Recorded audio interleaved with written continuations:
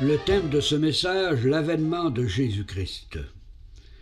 Il existe présentement dans le milieu évangélique une confusion entre les frères et les sœurs qui se réclament de Christ, concernant la venue du Seigneur pour venir chercher les siens, ce qui amène à l'esprit des païens l'idée que nous sommes incapables de s'entendre sur la vérité des Saintes Écritures.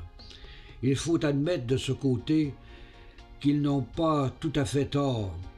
De fait, on enseigne dans plusieurs assemblées soi-disant évangéliques qu'il existe parmi les croyants des prémillénaristes, des millénaristes et des amillénaristes concernant l'avènement de Jésus-Christ. Est-ce normal qu'il existe dans le corps de Christ diversité de pensées concernant cette prophétie qui demeure l'espérance même des élus de Dieu et vivant en l'esprit de Jésus-Christ?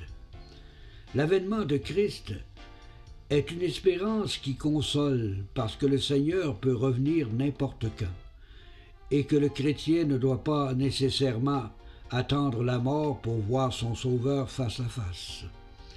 Il y a une autre consolation concernant cette prophétie. Lors de l'avènement de Jésus-Christ, c'est alors que l'enfant de Dieu vivant sur la terre se retrouvera instantanément réuni à ses frères et ses sœurs décédés dans le passé. Il est écrit dans la première épître aux Thessaloniciens au chapitre 4 et les versets 17 et 18. « Ensuite, nous les vivants qui serons restés, nous serons tous ensemble enlevés avec eux sur des nuées à la rencontre du Seigneur dans les airs. Et nous serons toujours avec le Seigneur. Consolez-vous les uns les autres par ces paroles. » L'avènement du Seigneur demeure une espérance qui doit purifier le croyant, et celui-ci doit être conscient que la manifestation de sa vie doit être en conformité avec la doctrine de Christ, qui est selon la piété et la sainteté. Car il est écrit dans la première épître de Jean, au chapitre 3, et les versets 1 à 3. « Voyez quel amour le Père nous a témoigné pour que nous soyons appelés enfants de Dieu. Et nous le sommes. Si le monde ne nous connaît pas, c'est qu'il ne l'a pas connu. Bien-aimés, nous sommes maintenant enfants de Dieu. Et ce que nous serons n'a pas été encore manifesté, mais nous savons que lorsqu'il paraîtra, nous serons semblables à lui, parce que nous le verrons tel qu'il est. Quiconque a cette espérance en lui se purifie comme lui-même est pur. » L'avènement du Seigneur demeure aussi une grande bénédiction, car rien n'est comparable à la certitude que le Saint-Esprit accorde aux croyants concernant la venue du Seigneur Jésus. C'est compréhensible, car le croyant verra son Sauveur face à face et deviendra semblable à lui, en plus de vivre éternellement dans le même lieu céleste. Il est écrit dans l'Apocalypse, dans l'évangile plutôt de Jean, au chapitre 14 et les versets 2 et 3, « Il y a plusieurs demeures dans la maison de mon Père, et si cela n'était pas, je vous l'aurais dit.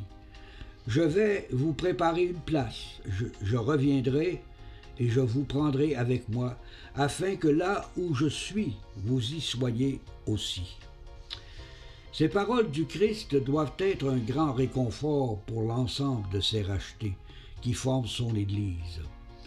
Cela ne doit pas être l'objet de diversité de pensées ou d'opinions opposées entre enfants de Dieu comme nous le vivons présentement dans le milieu évangélique. De fait, il est pertinent de croire que les enfants de Dieu qui sont conduits par le Saint-Esprit devraient avoir une même pensée concernant le moment où arrivera l'avènement du Seigneur pour venir chercher les siens. Ce n'est certainement pas en enseignant dans les assemblées chrétiennes qu'il y a parmi les croyants des prémillénaristes, des amillénaristes et des millénaristes que nous arriverons à marcher dans une même foi et une même espérance concernant la venue de notre Sauveur. Sachez d'abord que ces appellations n'ont aucun fondement scripturaire et qu'elles sont une pure invention traditionnelle, car elles laissent sous-entendre qu'il y a des chrétiens qui croient que le Seigneur viendra chercher les siens avant son règne millénaire. De plus, l'autre appellation laisse sous-entendre que le Seigneur viendra chercher les siens à la demi de son règne millénaire, alors que la troisième appellation laisse sous-entendre qu'il y aura une résurrection simultanée entre les justes et les injustes à la fin du millénium. Pouvons-nous, en tant que croyants, être fiers de cette situation de confusion entre ceux et celles qui se réclament de Jésus-Christ? De fait, il y a une seule pensée parmi ces trois appellations qui sont en harmonie avec la vérité des Saintes Écritures. Regardons les deux fausses conceptions à la lumière de la parole de Dieu. Si le Seigneur viendrait chercher les siens à la demi de son règne millénaire, il faudrait admettre une chose inadmissible, car les rachetés de Christ devraient subir la colère de leur Père céleste et passer par le fait même dans des moments difficiles lors des 7 coupes de la colère de Dieu, selon l'Apocalypse chapitre 16 et le verset 1, qui nous dit « Et j'entendis une voix qui venait du temple et qui disait aux 7 anges, « Allez et versez sur la terre les 7 coupes de la colère de Dieu. » Tout le chapitre 16 du livre de l'Apocalypse nous montre avec précision certaines épreuves de la grande tribulation qui se passeront non pendant le règne millénaire de Christ, mais pendant les 7 années où les saints ressuscités seront au ciel avec le Christ. C'est un fait biblique incontestable, car le Seigneur viendra délivrer ses rachetés de la colère à venir, selon la première épître aux Thessaloniciens, au chapitre 1 et le verset 10. Comment un croyant justifié par la foi au Fils de Dieu, qui a expié ses propres péchés et versé son sang à la croix, afin de le racheter, pourrait-il subir la colère de Dieu lors de la grande tribulation? Une telle chose est impensable, parce que le croyant est justifié par Dieu lui-même, selon Romains chapitre 8 et le verset 33. Dieu n'a pas destiné ses élus à la colère, mais à la possession du salut par notre Seigneur Jésus-Christ, selon la première épître aux Thessaloniciens, au chapitre 5 et le verset 9. Souvent, les fausses conceptions bibliques arrivent au cœur du croyant par les nombreux livres supposément à saveur biblique, qui sont sujets à l'erreur. Plusieurs croyants s'imaginent que ces livres vont améliorer leur connaissance biblique, alors que bien souvent, ces livres ne font que créer à leur esprit de fausses conceptions concernant la parole et la pensée réelle de l'esprit de vérité. Regardons maintenant la deuxième fausse conception concernant l'avènement du Seigneur, qui laisse sous-entendre qu'il y aura une résurrection simultanée entre les justes et les injustes à la fin du millénium. Nous n'avons pas besoin de beaucoup de passages bibliques pour prouver que cette idée est totalement irréfléchie et à la fois absurde. De fait, la parole de Dieu nous enseigne qu'il y aura une première résurrection. Dans l'Apocalypse au chapitre 20 et le verset 6, il est écrit « Heureux et saints ceux qui ont part à la première résurrection. La seconde mort n'a point de pouvoir sur eux, mais ils seront sacrificateurs de Dieu et de Christ, et ils régneront avec lui pendant 1000 ans. » Dans ce passage, la parole de Dieu est très précise. En déclarant qu'il y aura une première résurrection, il est donc logique de croire qu'il y en aura une deuxième. De plus, la parole de Dieu confirme que les rachetés de Christ seront sacrificateurs de Dieu et de Christ et qu'ils régneront avec lui pendant 1000 ans. Selon ces deux faits, il est impossible d'admettre qu'il y aura une résurrection simultanée entre les justes et les injustes à la fin du millénium. Sachez que la Bible est très précise concernant le temps qui se passe entre les deux résurrections. D'abord, les morts en Christ ressusciteront, et les saints sur la terre seront transformés. Ils iront au ciel avec le Seigneur. Après leur séjour de 7 années au ciel, ils reviendront sur la terre pour régner avec le Christ pendant 1000 ans. Et les autres morts, c'est-à-dire les non-sauvés, ne reviendront pas à la vie jusqu'à ce que les 1000 ans soient accomplis, selon Apocalypse chapitre 20 et les versets 4 et 5. Il est donc inconcevable qu'un croyant puisse déclarer qu'il y aura une résurrection simultanée entre les justes et les injustes à la fin du millénium. Car la Bible est très claire, il y a 1000 ans qui séparent les deux résurrections. Maintenant, regardons à la lumière de la parole de Dieu quand arrivera l'enlèvement de l'Église.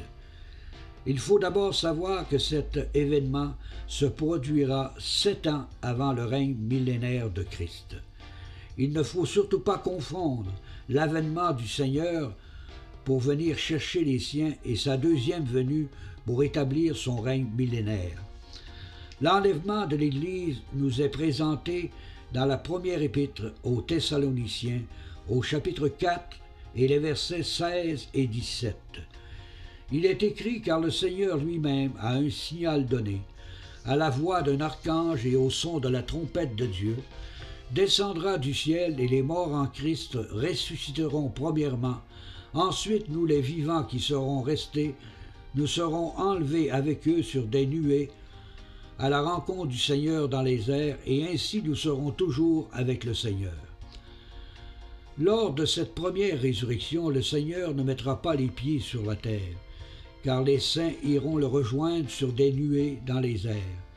Cette résurrection arrivera 7 ans avant le règne millénaire de Christ, et les saints se rendront au ciel pour célébrer les noces de l'agneau et recevoir leur récompense pour les œuvres qu'ils auront accomplies pour le Seigneur sur la terre. Car il est écrit dans l'Apocalypse au chapitre 19 et les versets 7 et 8 « Réjouissons-nous, soyons dans l'allégresse et donnons-lui gloire, car les noces de l'agneau sont venues, son épouse s'est préparée et lui a été donné de se revêtir d'un fin lin, éclatant, pur, car le fin lin, ce sont les œuvres justes des saints. » Pendant que les saints seront au ciel, il y aura sur la terre la grande tribulation, décrit dans l'Apocalypse dans les chapitres 7, 8 et 9. Ce sera un temps horrible, d'abomination, de désolation, de trouble, de tristesse, d'angoisse et de jugement que la terre n'aura jamais connu. Cependant, la grâce de Dieu se manifestera, car une partie d'Israël sera sauvée, selon l'Apocalypse chapitre 7 et le verset 4. Et j'entendis le nombre de ceux qui avaient été marqués du sceau, 144 000 de toutes les tribus des fils d'Israël. De plus, une multitude d'hommes de toutes les nations seront sauvés. Ils sont décrits dans l'Apocalypse au chapitre 7 et le verset 14 qui nous dit « Ce sont ceux qui viennent de la grande tribulation, ils ont lavé leurs robes, ils les ont blanchis dans le sang de l'agneau. » Après cette période de désolation de la grande tribulation, arrivera un grand événement. Ce sera le retour de Christ avec ses saints pour établir son règne de 1000 ans. Il est écrit dans l'Apocalypse au chapitre 1 et le verset 7 « Voici, il vient avec les nuées, et tout œil le verra, même ceux qui l'ont percé, et toutes les tribus de la terre se lamenteront à cause de lui. Oui, Amen. Les tribus de la terre se lamenteront parce qu'il y aura un jugement porté contre ceux qui auront fait du mal aux frères de Jésus, les Juifs sauvés. Il y aura une séparation entre ceux qui auront lavé leurs robes pendant la grande tribulation et ceux qui n'auront pas reçu le sceau de l'Esprit pour être lavés dans le sang précieux de Jésus-Christ. Car il est écrit en Matthieu, chapitre 25 et le verset 32 et 33, « Toutes les nations seront rassemblées devant lui. Il séparera les uns d'avec les autres, comme le bon berger sépare les brebis d'avec les boucs. Il mettra les brebis à sa droite et les boucs à sa gauche. Être à la droite du Seigneur signifie être en sécurité pour l'éternité, et être à sa gauche signifie la perdition éternelle. Plusieurs croyants, malheureusement, font confiance aveuglément aux enseignements traditionnels de leur dénomination et de leur assemblée locale, où ils font confiance à des livres écrits par les hommes qui amènent de fausses conceptions bibliques. Ce n'est pas une dénomination ni les écrits des hommes qui ont le pouvoir de sanctifier le croyant dans la vérité, mais seul le Saint-Esprit peut apporter la lumière dans l'entière révélation de la parole de Dieu. Il est évident que pour approfondir les deux avènements du Seigneur, il aurait fallu que j'y mette plusieurs heures pour vous enseigner. Le but de ce petit message est celui de faire comprendre à ceux et celles qui confessent qu'il existe parmi les chrétiens des prémillénaristes, des amillénaristes et des millénaristes, que cette affirmation n'a aucun fondement scripturaire.